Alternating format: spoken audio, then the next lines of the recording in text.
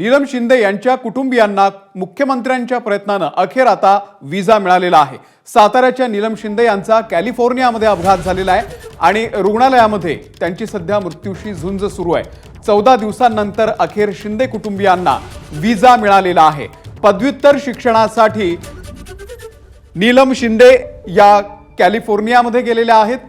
नीलमच्या अपघाताची शिंदे कुटुंबाला 16 फेब्रुवारीला माहिती मिळालेली होती आणि त्यानंतर व्हिसासाठी त्यांनी अनेक प्रयत्न केलेले होते।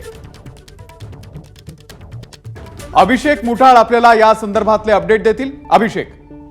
अमोल, कराडमध्ये जे शिंदे कुटुंबीय आहे ह्या एकूणच मंत्री असतील किंवा मग अनेक प्रशासकीय अधिकाऱ्यांकडे ते गेलेले होते, मात्र कुठेही त्यांना मदत मिळाल्याचं आपल्याला पाहायला मिळालेलं नव्हतं। शिंदे कुटुंबातील जी नीलम शिंदे आहेत यांचा 14 फेब्रुवारी रोजी अमेरिकेमध्ये अपघात झालेला होता आणि या अपघाताच्या नंतर एकूणच त्या ICU मध्ये त्यांच्यावर उपचार सुरू होते।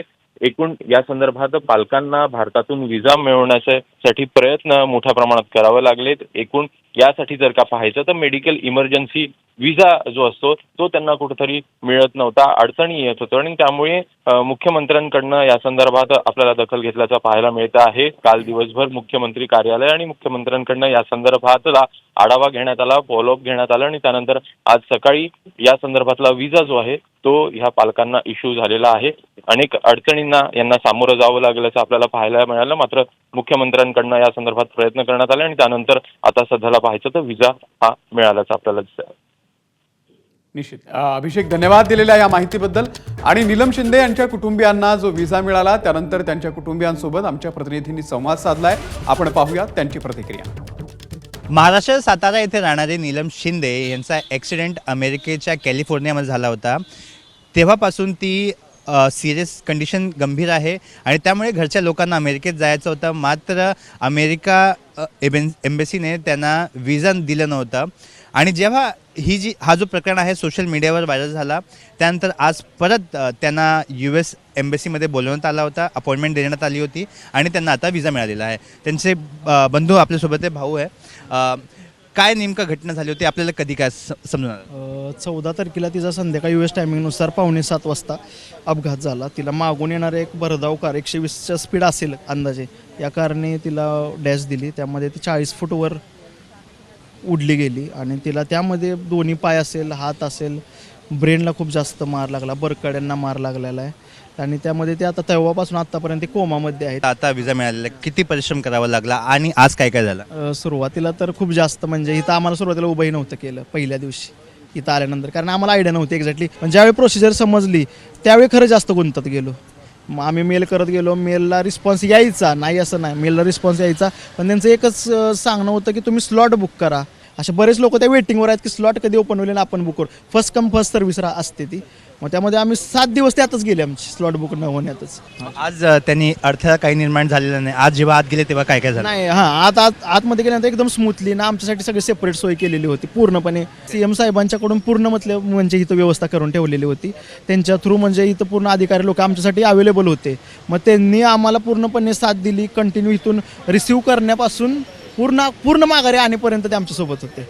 म्हणजे CM साहेबांचं त्यासाठी धन्यवाद खूप जास्त। अमेरिकेत कधी जाते? उद्या जेवढ्या लवकर आता फ्लाईट भेटेल, आजची भेटली तर आज, नाही तर उद्याची भेटेल तर उद्या, म्हणजे जेवढ्या लवकर भेटेल तेवढ्या लवकर निघणार आम्ही। विजाच्या ह्याच्यात आम्हाला कुणी, आता आम्हालाही त्यातली काही माहिती नसल्यामुळं आम्हाला कुठे इथं ह्या लोकांनी बी सहकार्य केलं नाही।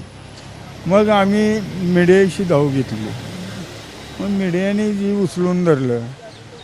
नंतर आपले महाराष्ट्र शासन केंद्र शासनाने आम्हाला बहुत चांगलं म्हणजे साथ दिली आणि त्याच्यातून त्यांनी ती बघितलं की ही सत्य घटना आहे, मग त्याच्यातून त्यांनी ती आम्हाला विजाचं आमचा काम केलं। या प्रकारचं जर कोणाबरोबर घडलं भविष्यामध्ये, जे घडायला नाही पाहिजे पण जर घडलं तर त्यांच्यासाठी व्हिसा मिळावा, ह्यासाठी तुम्ही काय म्हणाल सरकारला? ह्यासाठी शासनानं, केंद्र शासनाने, राज्य शासनाने हा नियम बदलावा आणि ताबडतोब व्हिसा देण्याचा त्यांचा, म्हणजे कुणीही असो त्यांना ताबडतोब व्हिसा देण्याची व्यवस्था करावी। हां, हे नीलमचे वडील होते जे बोलत होते की कशा पद्धतीने विजा घेण्यासाठी किती कठीण त्यांना परिश्रम करावा लागला होता. कॅमेरा आसिफचा सूरज ओझा माझा मुंबई. तर नीलम शिंदे यांच्या मामांची सुद्धा प्रतिक्रिया आलेली आहे, आपण पाहूया. आमची कन्या जी वेसला आहे तिचा 16 तारखेला अपघात झाला. तिचा विजा संदर्भात जे काही आमची पाठपुरावा करायचं चाललं होतं त्याला आम्हाला यश येत नव्हतं. गेली 10 दिवस आम्ही आमचं कुटुंब या प्रसंगामध्ये जात होतं आणि या न्यूज चॅनलला आमचा हा प्रश्न उचलून धरला. त्यामुळं स्थानिक जे आमचे लोकप्रतिनिधी असते या ठिकाणी सर्वजण राजकीय सर्व मंडळींनी आम्हाला या ठिकाणी पाठबळ दिलं आणि विशेषतः या चॅनलला आमची ही बातमी उचलून धरली. त्यामुळे शासन दरबारी आम्हाला न्याय मिळाला आणि आजच आम्हाला त्यांचा कॉन्स्युल ऑफिसवरून फोन आला आहे आणि मेलसुद्धा आला आहे की उद्या तुम्हाला या ठिकाणी तिथे यायचं आहे. त्यामुळं उद्या आमचं तिथं काम झालं तर एवढ्या दिवसानं आम्हाला आमच्या मुलीला भेटता येईल, तिची विचारपूस करता येईल. त्यामुळं आम्ही तुमच्या चॅनलचे मनपूर्वक आभार मानतो. तर कॅलिफोर्नियामध्ये नीलमचा अपघात झाला. ही नीलम शिंदे आहे कोण, तिची पार्श्वभूमी काय, आपण पाहूयात. नीलम ही सातारा जिल्ह्यातल्या कराड तालुक्यातील उंब्रज या गावची आहे. नीलम पदव्युत्तर शिक्षणासाठी कॅलिफोर्नियामध्ये गेलेली आहे. 14 फेब्रुवारीला नीलमला कारनं धडक दिली. 16 फेब्रुवारीला नीलमच्या अपघाताची शिंदे कुटुंबाला माहिती मिळाली.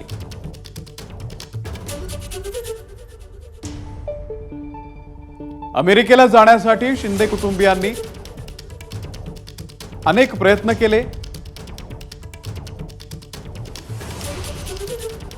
विविध प्रक्रिया पूर्ण करण्यात अडचणी आल्या, त्यामुळे खूप दिरंगाई सुद्धा झाली.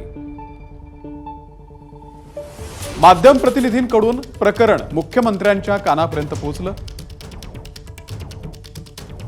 मुख्यमंत्र्यांनी जातीने लक्ष घालून एका दिवसात या विजाची तजवीज केली. एबीपी माझा, उघडा डोळे बघा नीट.